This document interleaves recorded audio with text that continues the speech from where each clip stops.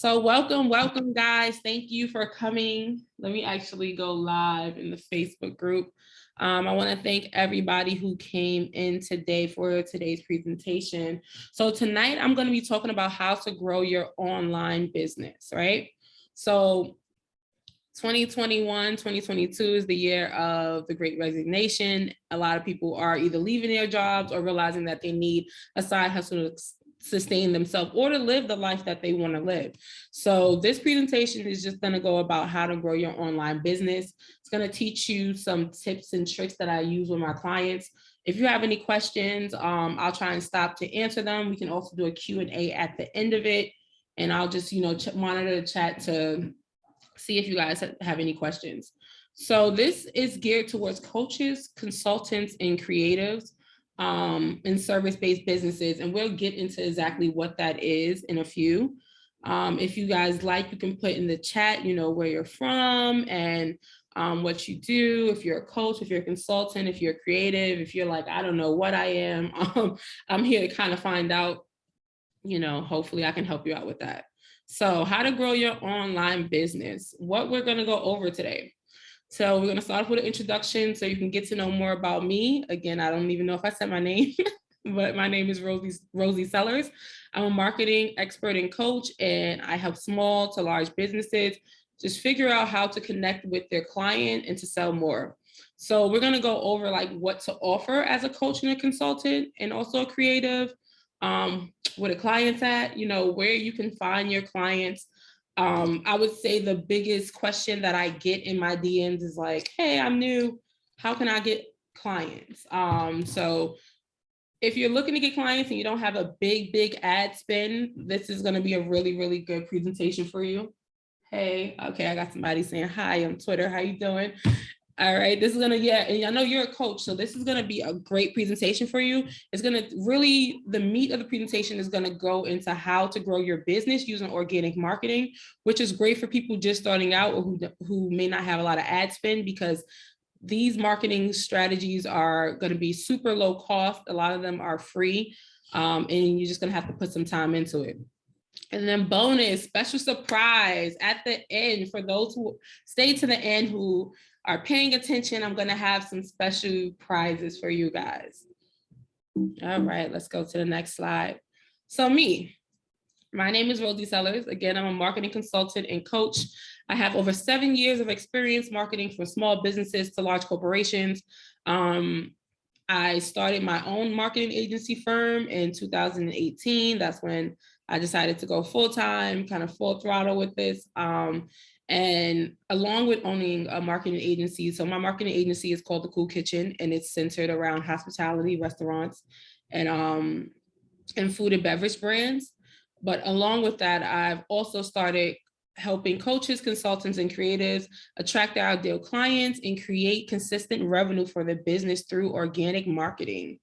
So, and also I hate to talk about myself. So here are some of the companies that I've worked with, everything down to restaurants, to tech startups, small co-working places. I've even worked with small agency owners. So beauty brands, pretty much any type of brand you can think about, I've done marketing with, and primarily organic marketing. So even large corporations that make tens of millions of dollars are using organic marketing.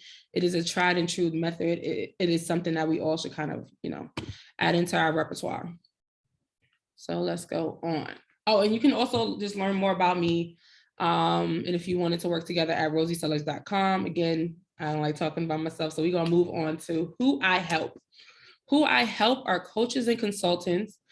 So coaches and consultants, we're going to get more into what that entails. So when you think about a coach, a lot of people think life coach, or you can have a fitness coach. I am a marketing coach. So there's different type of coaches that you can have, as well as consultants as well. So you have service-based entrepreneurs. So those are going to be people that provide local or online services. And again, we're going to go into all of this. And then also people who are just getting started and they're like, I don't know what to offer yet. I'm also able to help those people figure out, like, if you want to go into a service-based business or coaching and consulting, what your strong suits are and what you should offer. Hey, Megan. Okay, we got Megan tuned in on Facebook. Hi to everybody. I know it's late, so if you logged on, I really appreciate it. So let's dive into the different types of entrepreneurs, right? Or service-based entrepreneurs. So in a world of people who are busier than ever, convenience has become the utmost priority in the US, right? As a result, there's no shortage of ways for individuals to use businesses to provide services for others, right? So I always say when getting started out, one of the best businesses to start is a service-based business. Pretty much, I perform this task for you, you pay me, right? There's a very low barrier of entry when it comes to that because the deliverables are clear and people are always willing to pay for a result. So if you are kind of figuring out like, hey, I don't know what I want to do or what I should, channel my focus in, or how I can get clients without, maybe you don't have a lot of testimonials, maybe you don't have a lot of years or a lot of skin in the game, service-based business is a great way to start. So here are some service-based business ideas. Personal services, you have personal fitness trainers, you have caterers, home cleaning services, which that industry is booming right now. There's a lot of people making 6-7 big figure businesses offer home cleaning services, and they're not even cleaning the homes. So that's something to consider. Beauty and lifestyle services, so personal wardrobe stylists, your caterers. Don't know why we have caterers again, that shouldn't be there. But let's say it's a makeup artist, that would be more of like beauty and lifestyle, right? So we're gonna go to B2B services. This is actually where I kind of got my start. So you have like a virtual assistant, a bookkeeper, an online course creator. You can even say social media managers, which is kind of how I got my start. Social media directors, or any type of service that you provide to another business. So just some statistics about coaching and consulting, right? Consulting is an $895.46 billion industry, and it's no signs of showing down. I think it grows about, at least right now, it's growing about 8% a year.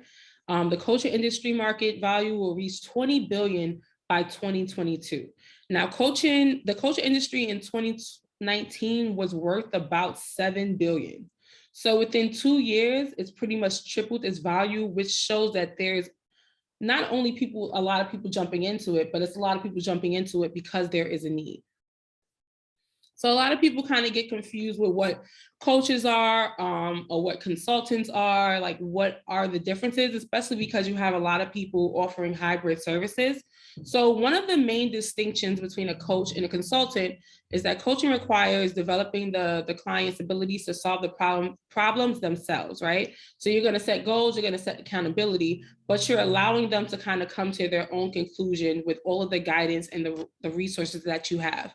Rather, consulting is that you're solving that person's problem. So whether you're just doing high level consulting where you're just giving them the answers, or you're doing more like hands on, and you're actually, maybe you're editing for them, or you're doing marketing work, or you're doing, say you're a restaurant consultant and you're coming in and you're helping solve labor issues. So that's going to be the difference, when one is more done with you. I would say coaching is more do it yourself, in the sense that we will provide you the tools and you have to kind of execute, where consulting is more done for you, that you're going to pay somebody to kind of give you the result that you need. So what problem do you solve? That's really the most important thing. Whether you want to call yourself a service-based entrepreneur, you want to call yourself a coach, you consider yourself a consultant, the most important thing is to figure out what problem you solve, even before we can figure out where your clients. Because if we don't know the problem that we solve, then we're not going to be able to find our clients. If this makes any sense, put a 1 in the chat. If you have any questions, definitely let me know as well. Okay, so what to offer?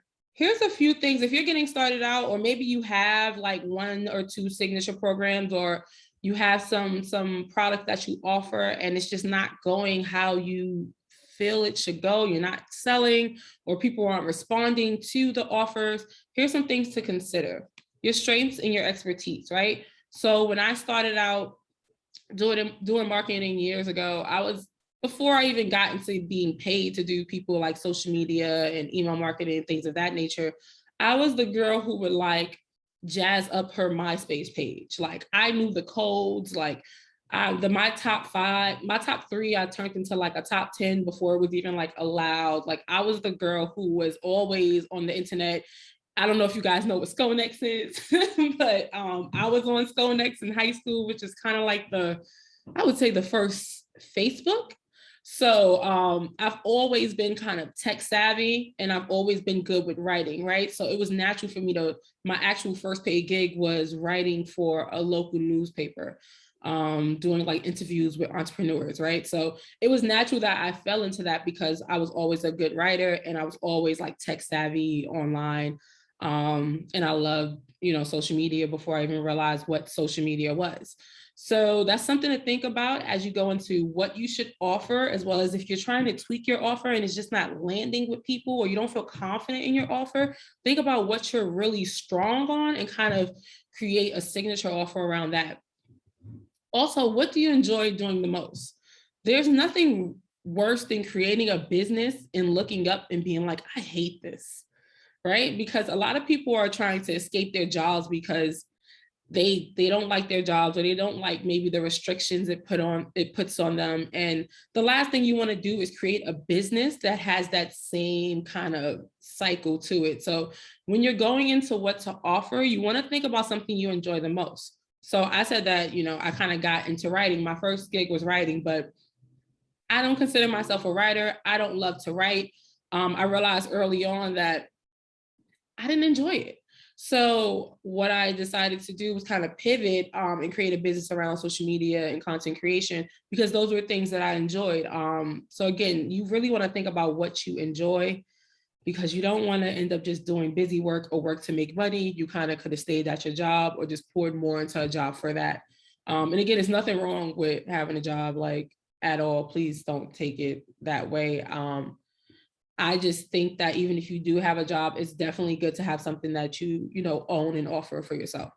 So uniqueness, what makes you stand out? Let's say you're a caterer in a busy, crowded place like New York City. There's a million, I'm pretty sure there's a million caterers, but if it's not a million, it's a couple 100,000 caterers out here. What makes you different? Is it the type of food that you provide? Is it maybe it's more upscale, so your plating is different. Maybe you create experiences around your food. You just do things that speak to a more exclusive crowd. Or maybe your uniqueness is that your food is for everybody, right? And it's down home and it makes people feel good and it has this joy about it. So you want to figure out what makes your business and you unique so that people actually want to buy into it. And then lastly, but certainly not least, your income goals, right? Let's take a sip of this water, because this is a good one. A lot of people want to start a business and say they want to be a millionaire, or they want to make 100,000 or a couple 100,000, but then we start a business selling $7 ebooks or $30 t-shirts, and you soon look up and realize that you are really, really far from the income goals that you had in your mind. So when you figure out what you want to offer, you really want to hone into like, how much do I want to make? Especially if this is your only source of income, how much do I need to make? But also, how much do I want to make? And make sure that it aligns, right? So I'm somebody who definitely kind of pushes like a premium product on my students and on my clients, because I just know that it's harder to reach your goal nickel and diamond, right? It's harder to reach your goal always giving discounts. It's harder to reach your goals always selling $20, $30 products. If you wanted to make an extra $2,000, say you have a job and you're just like, I just need to make $2,000 a month. Okay, do you want to sell a $20 product? And you would have to, how much would you have to do? Like, my math is not mathing. If you had like a $20 product and you want to sell $2,000, you have to sell 100. You have to sell 100 units or 100 products, 100 services, whatever it may be. But if you had a $2,000 product and you sold $500 products or even $1,000 products, now you cut down that pool of 200 people down to, if you sell it at 500, down to 4 people. You sell it at $1,000, down to 2 people, right? And for somebody, you have to know yourself when it comes to what to offer. I'm introverted, so I don't want to sell to a mass group of people to have to reach my income goals. I rather personally work with, when it comes to full service clients, 1 or 2, maybe 3 clients a month. So that all comes into factoring what to offer. All right, let's do one. So where to find clients? You can find clients. Well, I want to say hi to everybody coming in. I can't really see the chat because I'm screen sharing, but I will definitely hop into Q&A. If you guys have any questions, you can leave them in the chat. I can kind of check that, but we can hop into some Q&A as well as this goes on. So where to find clients? There's a lot of places that you can find clients, online and offline. Social media, Instagram is a great way to find clients. You have Twitter, you have IG, you have online communities. So this is a really good one, Facebook groups. There may be a couple of people in here that I connected with from Facebook groups. Discord, there's different apps now where you can build your own communities.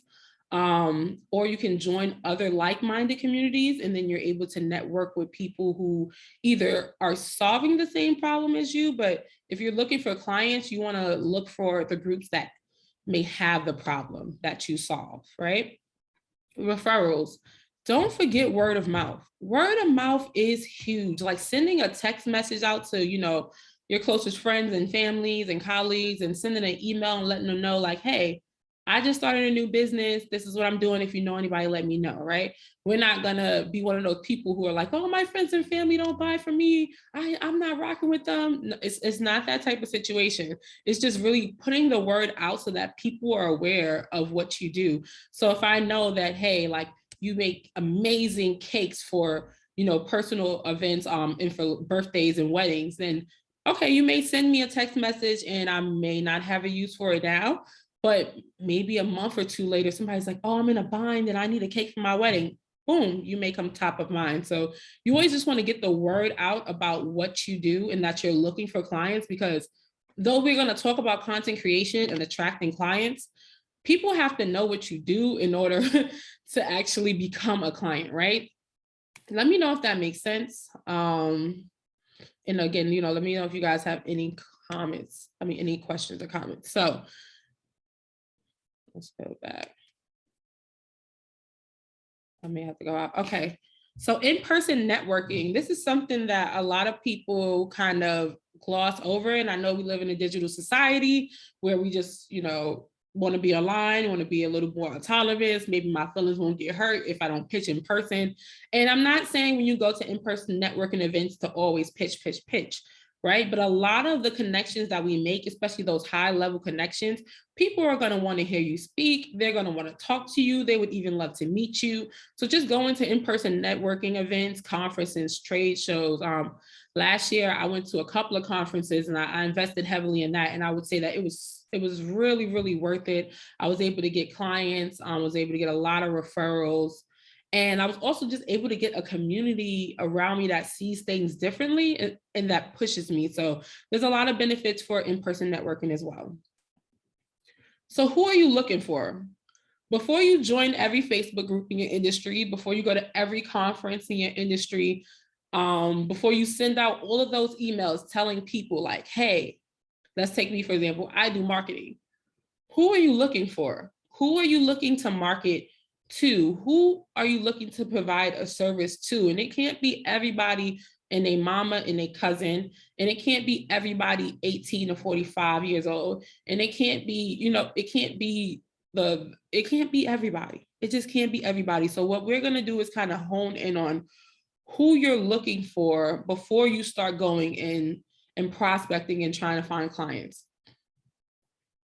All right, so I like to create customer avatars for all of my clients. Pardon me, I'll sip this water.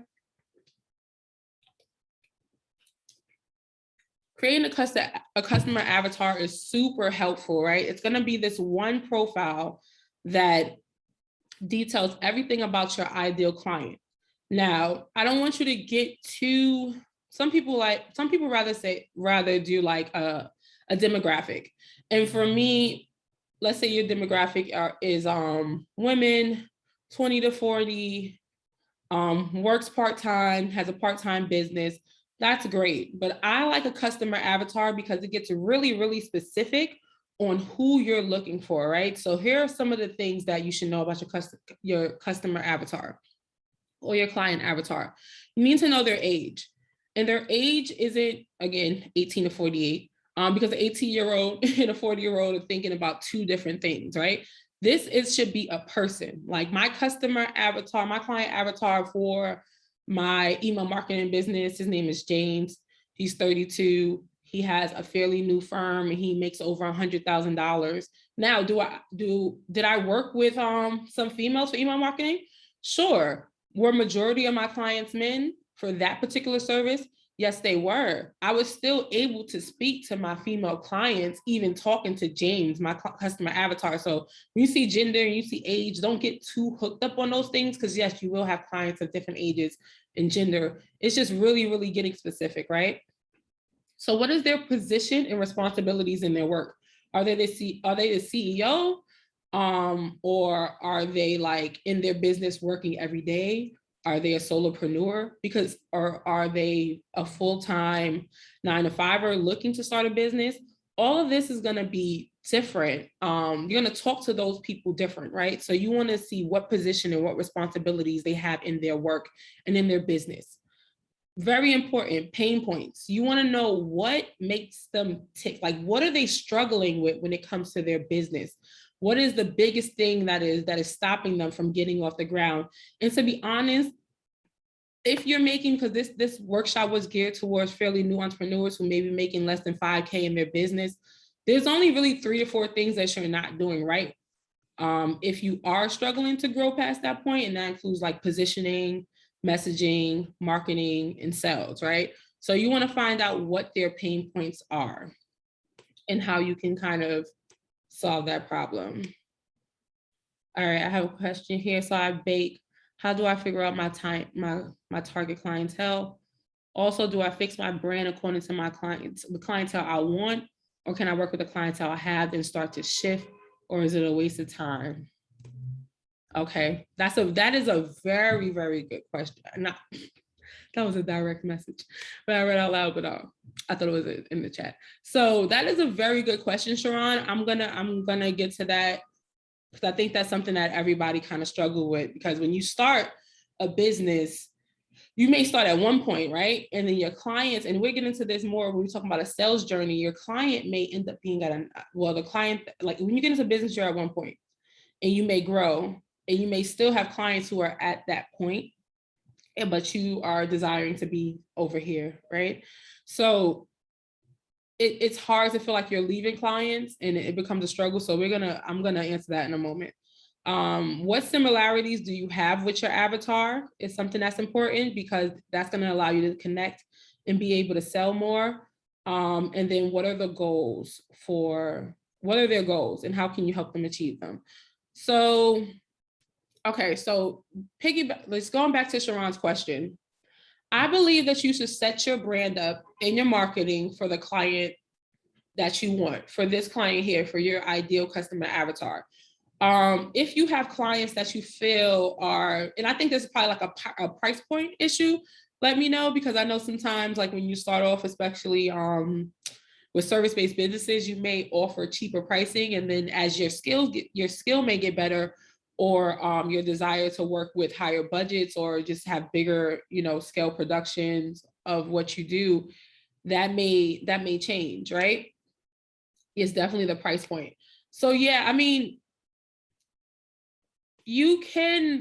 at some point you have to, if you're struggling with the price point, I would say that you need to start marketing yourself towards your ideal client, right? Because to be honest, you may have a lot of these clients because your marketing or lack thereof may reflect, and your pricing, honestly, may reflect where they're at. And that's why there's a reason that you keep getting this clientele, right?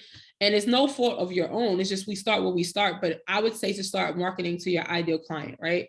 So you want to start creating content that appeals to them, creating offers that appeal to them. And you're not leaving your clientele behind, because a lot of the times you will realize that your clientele is growing with you, right? Over the years, people make more money, they have more interest, and they may have, desire to spend more. You may just not be giving them that option. So I would definitely say don't think of it as leaving people behind, because they will catch up. And some of those clients will stay with you, and then some of them, they won't. But you do have to design your business around what is best what client you want to serve and the price points that you want to charge, especially if you're providing value. We're not just going to charge anything now, but if you're providing value, then yeah, you should definitely be getting paid value. Thank you for that question, Sharon. That was a great question. So here's really the meat and potatoes of today's presentation: how to grow your online business using organic marketing. If you guys have any questions, again, this might be a great time to take any more questions as we will get into these strategies. And what time is it? It's 8:07. Oh, geez Louise, we're going to wrap this up soon. I don't want to keep you guys here too long. So we're going to wrap this up soon. I'll give you guys just a moment to ask any questions, and also let me know what you do in the chat. So as we get into these ideas to make content, I'm being specific and giving examples that go with your business.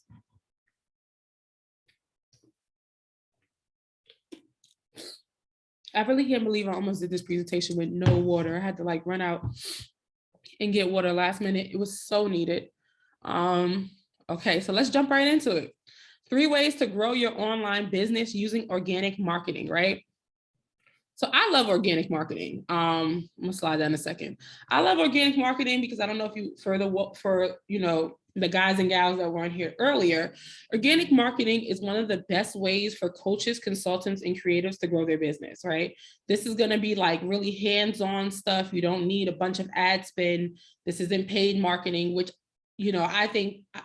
I know organic and paid goes hand in hand. You want to have a mixture of both, right? But this is just a great way for when you're getting started and you don't have that money to grow your business. So the 3 things we're going to cover is a sustainable sales strategy. So when I say sustainable, I mean actually creating a sales strategy that you can adhere to. There's a lot of things about sales online that may get a bit tricky, and it has a lot of marketing jargon and a lot of funnel pictures, and it gets really, really scary for people who may, honestly, if you had a client or a customer, you're a seller. You've been selling. But for people who may not consider themselves a seller, or when they hear the word sales, their hands get clammy and they feel, all anxious inside, this is something that will allow you to create a strategy that you actually feel comfortable with, right? Content marketing strategy. So content encompasses everything from social media posts and stories to podcasts to blog posts to ebooks. So we'll talk about how to create content that will actually bring your client to you. And then also email marketing, right? So once you create that content and you get those followers, how to take those followers and now turn them into actual audience of paying clients, customers, and loyal fans. Pardon me. So sustainable sales strategy. There's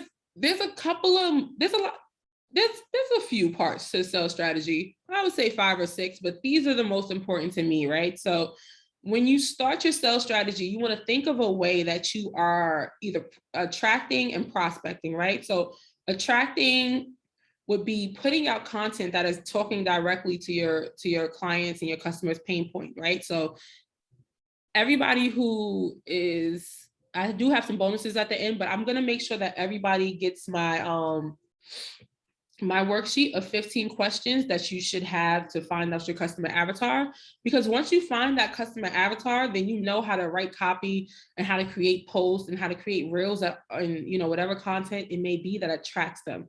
You know what their pain points are, you know what time, they go to work because you typically know what they do, you know when their free time is, how they like to spend it. And then also prospecting, right? I don't think that you should just aim to build a business where it's just like, I'm going to put out content and people are going to come to me. There should be some type of system where you are prospecting and trying to find clients, right? So whether that be you're doing it via Facebook groups, or maybe you're doing it in person, like the ways that we talked about earlier, but it's going to be a slight mix of attracting and then also prospecting new clients. Qualification. Qualification is important because everybody does not need your service, right? And even though we're talking about organic marketing, so you won't spend a lot of money, you will spend a lot of time if you're not qualifying people, right? So for me, I work with coaches, consultants, and creatives, service-based businesses. There's no need for me to move to the next step of appointment, meeting, and discovery call with somebody who is looking to grow their online e-com business. If they are an entrepreneur who's looking to grow their t-shirt brand, or they're looking to grow their Shopify site, like I am not the person for them. So having forms and questions that qualify your client, like for example, even and some people who get tricky, they don't like to put this on their forms, but it will save you a lot of time. Knowing somebody's budget, how much is we paying? How much are we paying, right? And it shouldn't, how do you feel about Pop-Ap-Shops and markets? I'm definitely get to that. I got you, Sharon. So like, yeah, like, so it cuts out a lot of time. If I don't offer a service that's less than say $1,000 and I put, what is your budget? And I put like, less than $1,000, 1,000 to 5,000, 5,000 to 10,000. You can click one of those and I know, okay, you know what? If you have less than $1,000 to spend on marketing, then maybe you should get one of my like self-serve products, like a course on how to make reels, or, you know, one of my free checklists or things of that nature, because you don't kind of qualify to have done for you services, at least from, you know, my firm or somebody that charges that much. So once you qualify the person, you want to set an appointment, you know, have a discovery call, a meeting, a way to kind of move on with the conversation, and really see if they're a good fit.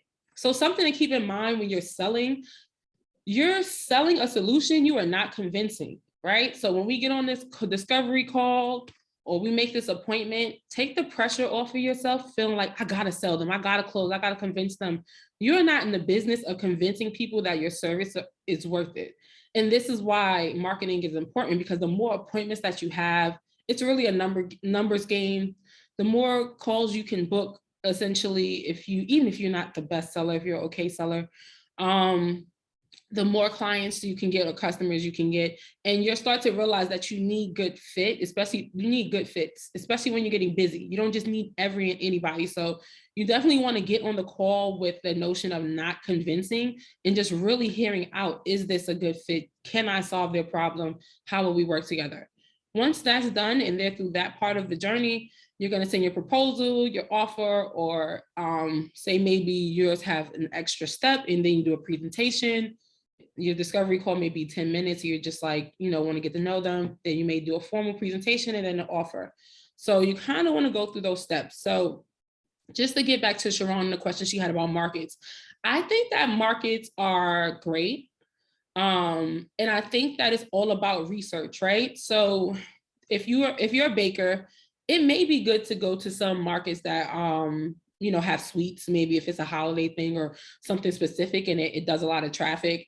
But also it may be good to do markets where you're the only sweet option, so people are flocking to you. So when it comes to markets, you don't want to sign up for any and everything. You really want to do your research. Like if you know the table is going to cost you $200-300, then you know how many people are going to come to this, how many people have come to the last one, what is the foot traffic like, are there tickets, is it free? So doing the research to really make sure that it's worth it. But I think anytime you can get in front of people and you can connect with them, that's a great opportunity, just to make sure. But you got to make sure that it makes sense, right? So client journey, taking another sip. So my client journey only calls for a four-step process. We want them to be aware of you, right? So that's gonna start with like content, putting stuff out there. Once they become aware of you, then they consider like, would I hire this person? Should I hire this person, right? Eventually they'll move on to making a decision. If the decision is yes, they'll move on to, if you service them properly, to being a loyal fan, and raving about your services, right? So what does this look like actually implemented? So awareness, let's see, they say they see your product or your service. Let me know if you guys, it said the internet went out. All right, let me know if, hey to everybody watching on the Facebook group, thanks for joining. I wish I could share my slides, but this is a training for coaches, consultants, and creators. If you have any questions, feel free to put them in the chat on Facebook and I will be sure to answer them. So we're talking about the client journey, which is a 4-step process, right?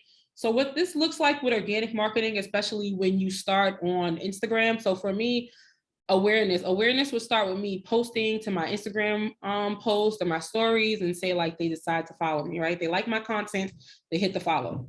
Consideration, they join my email list, right? Or they connect with me on another platform. Like, hey, I saw her on IG. She said she has a TikTok. Let me go see what her TikTok is.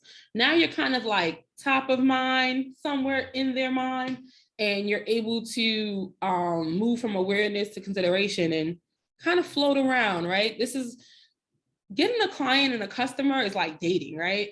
And you don't want to, a lot of people start their sales journey with the decision, which is going to be the next step. They hop in the DMs and they're like, hey, I sell this. You want to buy? Here's a link. And it's like, whoa, would you just like, you know, get naked on the first date? Like, would you just go in for the kiss before dinner? Like, you got to kind of like romance people through this sales journey and take your time. So you may have people that's in the consideration stage for a couple days. You may have people that's in the consideration stage for over a year. And the point of, and this is just a simple flow chart, but the point of the client journey is that while they're in the consideration phase and say they don't move over to decision, we're still going to nurture them, whether it's through our content online, our email list, or things of that nature, right? So that even though they may stay in consideration for a year, when they book with you, they're ready to pay in full. So moving from consideration to decision, let's say they decide to purchase your ebook or a low ticket item. This is the perfect opportunity to deliver on what you said you were going to deliver, right? They made the decision to go with you and now it's time for you to service them. Your service and what you provide with them is what's going to turn them into loyal fans. That's when you're going to move into the loyalty portion. So let's say they sign up for multiple offers. They are always telling people, even if they don't purchase from you, you know what's so funny sometimes? You can, with the right content, you can build loyal fans that may not use your product or service, but they share it out to everybody else. They're always telling people about you. If you have anybody like that for your services, let me know in your chat. But I do have people who like, oh, this lady referred me to you and I've never even worked with them, but they follow me and they always kind of champion what I do. And you can create loyal fans without even the purchase. So you just always want to be thinking about what step you are in your client journey. And make sure that you're not just jumping to decision or loyalty because, hey, you're my family member, you should buy all my services. That's not how it works. Number 2, content marketing strategy. This is my favorite because this is what I does. I love content creation. I love it. Content marketing, and it's super important to have a strategy when doing content because you can end up looking up and be making content for content's sake. So I'm gonna kind of breeze through this because I know we're getting a little late. But yeah, you can look up and be making content for content's sake. So having a content marketing strategy is gonna make sure that you're staying on point and you're creating content that, you know, is actually resonating and hitting home with your followers and turning them into clients. So let's go to this. The goals of content marketing is gonna be to promote. And I put that first, right? Because I did a live last week and I asked a few people, I said, why do you make content? Why do you make content? And I got, to serve others. I got, what did this young lady said? She said to show my creativity, which was great. There was a couple of answers, but to be honest, let's be honest. If we are on social media with creating content around our business, we're on social media creating content to sell. We're on social media creating content to promote ourselves. There's nothing wrong with saying that, especially if you believe that you are solving people's problem. Like if people have a problem and you really genuinely believe that your product and your service is the best fit or an amazing fit for them, don't feel bad about selling. You're making content to sell, you're making content to promote.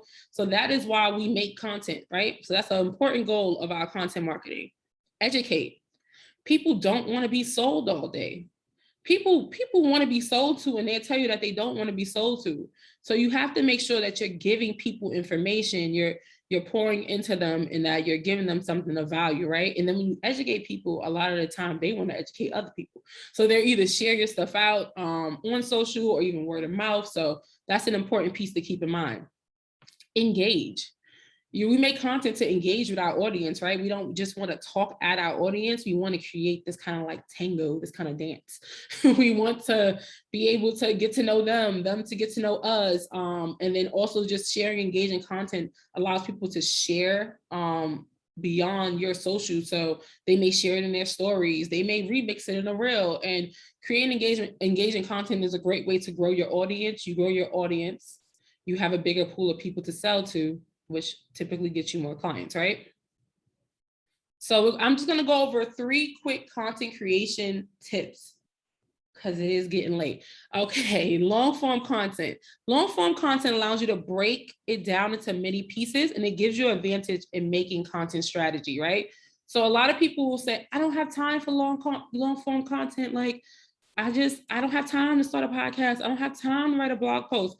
But what we're not realizing is that spending that hour or maybe 2, if you consider planning, creating that podcast a week, that podcast now can be broken into 2 Instagram reels, a bunch of stories, a blog post that you don't even have to write. You can take your podcast, right? You can put the title, a little summary, put it on your blog, and it creates SEO, which is great, search engine optimization. It gives you better SEO so that now you're also being found by people online, as opposed to sometimes when we're just on Instagram, we don't think about like SEO and how the search engine, how Google's going to find us, right? Should creators pay influencers to market short form content? Absolutely. You should always pay influencers. Okay. I love influencer marketing. So yes, we're going to touch on this. Another question, do you really think it matters or is important to be physically in your content? Okay, I'm going to definitely touch on that. I struggled with that a long time, not being able to show up in my content. So those 2 questions, let me get through these couple of quick tips, and I got you guys. So long form content allows you to break it down into multiple pieces.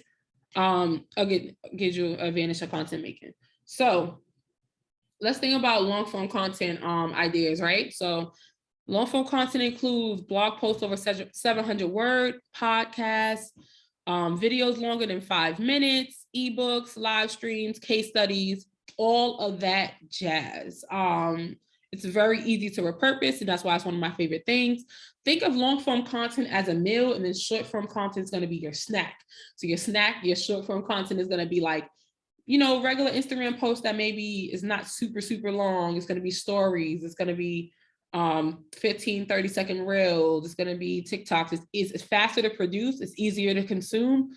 But it doesn't stick with you as long as long form, right? So I always say, make your long form first, and then you can break that down into little topics and little other posts, and you saved a lot of time, because a lot of us don't have time, right? We're here because we're either working full-time trying to build a business, or we're trying to build a business, and that's full-time and a half. So we're all struggling with time. Content creation tip number 2, nurture your audience. We talked about this during the sales journey. Instead of thinking of what you sell, think about the problems you solve, do the market research, and know the challenges that your target customers face and how you solve them, right? So selling is not just, hey, I sell this, buy it. It's a journey. You want to be taking your customers on a journey. Content creation tip number 3, have a plan, right? Bashing and automation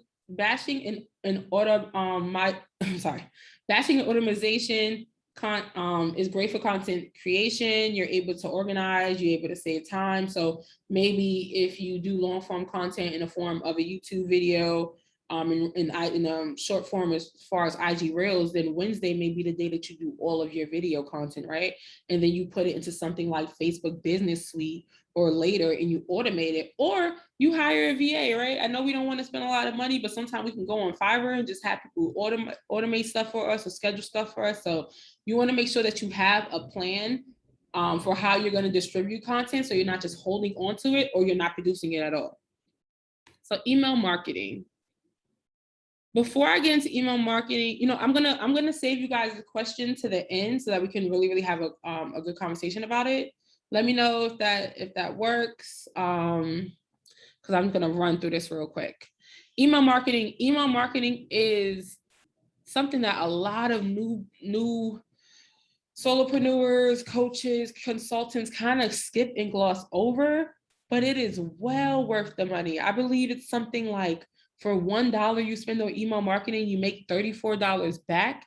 In a time where, I was running my agency and it was geared towards restaurants, and all the restaurants closed because of COVID. One thing that did not close was emails. Okay, everybody was sending emails. Email marketing will always be something that is important. You will always make your money back. So it's something to pour time into. So email marketing tip number 1, create a strong lead magnet. This is going to be how you turn your followers into clients and customers. We can have 10,000 followers, right? But if Instagram glitches for the day and it's your launch, or if, so people say Instagram goes away, it's probably not going to go away. But if your account was hacked or things of that nature, you have no way to reach these people. So create a strong lead magnet that is specific to your audience, and like really specific. Let's say for Sharon the baker that commented earlier, I'm not sure what you bake, but say if you do weddings, right? That's your thing. If weddings is your things, then your lead magnet should probably be like, it can include something specific to the wedding industry. So it'd be like the best type of cakes to have at your wedding, or like 5 wedding cake trends, or how to save money on a cake for your wedding, or something that is specific to that industry and specific to your clients. So when they see that lead magnet, they're like, oh yeah, I need to sign up and give my email for this. But people aren't just giving their emails for anything, right? You don't want to just have a lead magnet that is, I don't know, like say if you were teaching people like how to bake cakes, you might want to find people like how to bake multi-tier cakes or multi-level cakes. So you want to be specific in your lead magnet. And just to kind of piggyback that, you want, very, very specific. So email marketing tip number 2, you want to be yourself. This is your time to shine. Receiving an email is way more intimate than seeing somebody or scrolling past somebody on Instagram. Let people know your personality. If they gave you their email address, they're interested in something that you do, some problem you solve, some aspect about you or your business. So don't be shy. I know we think of email like as this daunting task, but this can actually be fun. Don't take it too serious. Email tip number 3, keep track of your data. You want to keep an eye on your data. There's no point in sending emails if you don't know if it's working, right? So you want to see how many people have opened it. If people are unsubscribing. It's the little things that you're going to be able to collect over time that's going to show you how your campaign's performing. So things to track include the open rate. Tell you if your clients are, landing in their, if your emails are landing in their inboxes, and if your subject line grabs their attention, right? Your click-through rate. So that's going to tell you if the content has enough for the reader to actually like click through, if they care enough about the content. Unsubscribe rate, if it's too high, your readers don't want to deal with you. So you want to make sure you're sending relevant information. Earning per subscriber. So if you're selling via email, which you should be, that is the goal, then you want to make sure you have a way to track that, right? And then the bounce rate is going to be, that's not there, okay. The bounce rate is going to show you how many emails actually didn't make it to the inbox and actually bounced back. So if that's high, you may realize maybe there's something in the subject line that caused that. So for example, there's certain email software that may not deliver your message if you have very salesy language, like if you have a lot of dollar signs, or you have free, or things that may be spammy. So you may have a very high undeliverable rate or a very high bounce rate. You want to take into account things like the time of days that it's open, so that it tell you like if you send the email out on Monday, but everybody, your highest open rate is on that what Tuesday night, then maybe Tuesday night is when you should send the email. Just things to track. So I wanted to get a temperature check because I know this is a lot. I know it's a lot of information. This will be a great time for me to answer questions. I actually, I do have a little more to present. I'm thinking, should I stop this